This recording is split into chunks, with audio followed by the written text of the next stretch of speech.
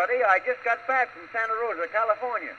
While I was out there, I called on Professor Burbank, the world's greatest farmer. He took me in his hothouse and showed me some of his wonderful inventions.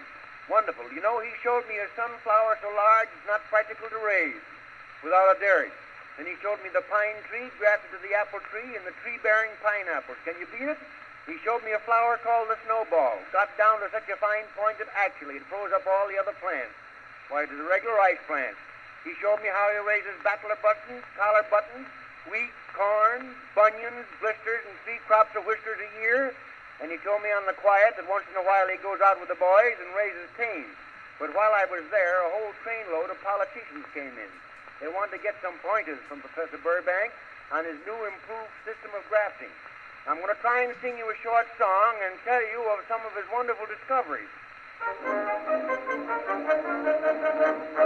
You notice I use the wearing of the green as very apropos because Professor Burbank has spent all of his long green on his discoveries. All right, boys, get busy. The first thing that he showed me was his new improved milkweed. It takes very little water, yes, and not a bit of feed. And if you're living in a flat and cannot keep a cow, it's cheaper than a milkman, and I'll try and tell you how. Just to have some milkweed growing in a pleasant, airy room, and it will furnish all the milk your family can consume. And the blossoms from the weed will draw the butterflies with ease, from which you get fresh butter, too, at any time you please.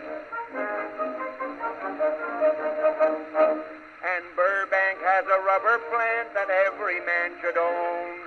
It's very ornamental and it's useful to a home.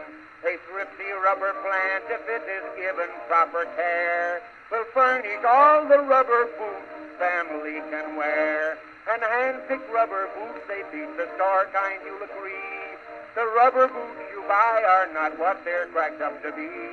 When we get rubber plants, and if the rainy season's here, be a good year for the rubbers, but a bad year for good cheer. And he has improved the pie plant till it is a big surprise. For heretofore the pie plant only gave us rhubarb pies. He's grafted on some other plants and crossed it with fruit trees, till now the plant produces pies in great varieties. Just picture now this pie plant is a sight for hungry eyes, with its custard mint and apple and its prune and rhubarb pies. Why, you can eat all kinds of pies until you get the gout. And now I've told you of the things that Burbank has brought out.